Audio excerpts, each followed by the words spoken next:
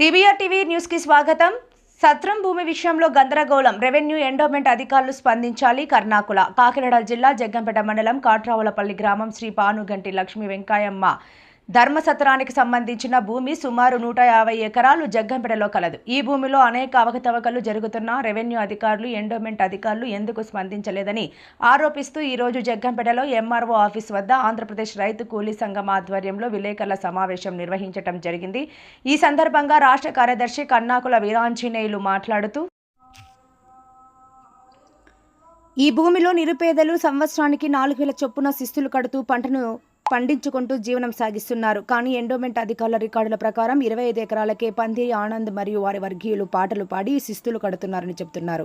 గత 15 సంవత్సరాల నుంచి 25 ఎకరాలకే శిస్తు కడితే మిగిలిన ఉన్న మొత్తం భూమికి ప్రజల దగ్గర శిస్తులు కట్టించుకుంటున్నారని, మరి ఆ సొమ్మంతా ఏమైపోతోందని కర్ణాకుల ఆరోపించారు.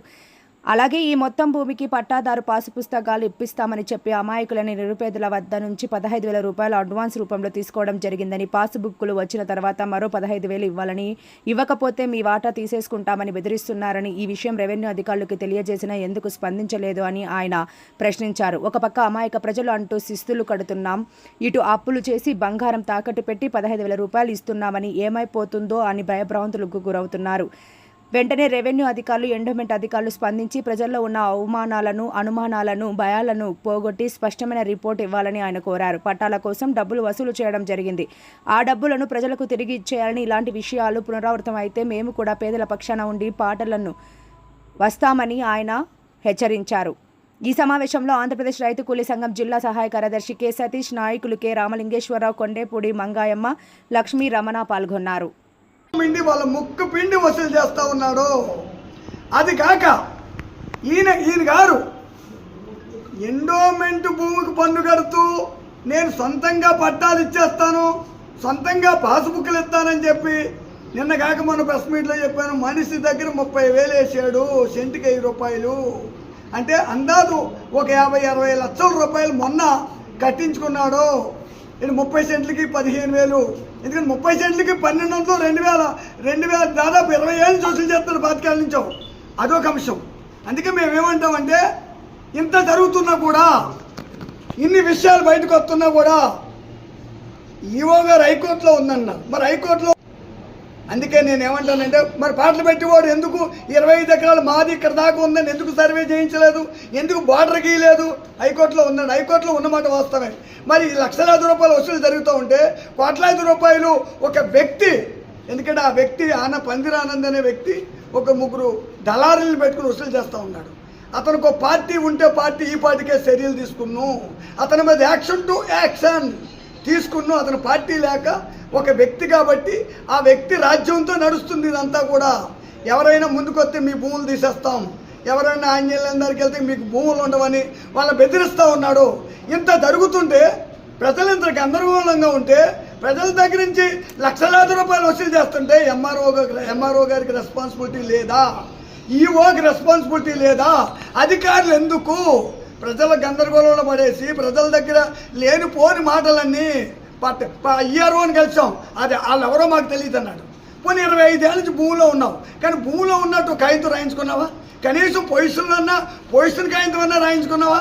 అది రాయించుకోలేదు. ప్రజల దగ్గర వాళ్ళ ముక్కు పిండి వసూలు చేస్తున్నటువంటి డబ్బులు నువ్వు తక్షణమే ప్రజల పరం చెయ్యాలి.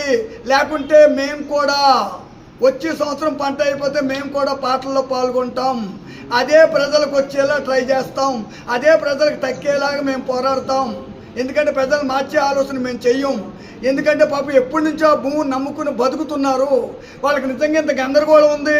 ఇదిగో మీరు చూడండి, ఈ భూమి ఎండోమెంట్ భూమి అనేటువంటిది రికార్డుతో సహా పెడుతున్నాను. దీనికి పాస్బుక్లు ఎలాగెత్తాడో, దీనికి పట్టాలు ఎలాగెత్తాడో, దీనికి ప్రజల్ని ఎందుకు గందరగోళం పడుతున్నాడు? ఒక 150 ఎకరం భూమి గందరగోళంగా ఉందని చెప్పి మేము జిల్లా స్థాయి కలెక్టర్ గారు స్పందించాలంటే ఈ రోజు వరకు కలెక్టర్ గారు కాదు కదా, ఎంఆర్ఓ గారు కూడా స్పందించలేదు. దానికి కారణాలు ఏంటి?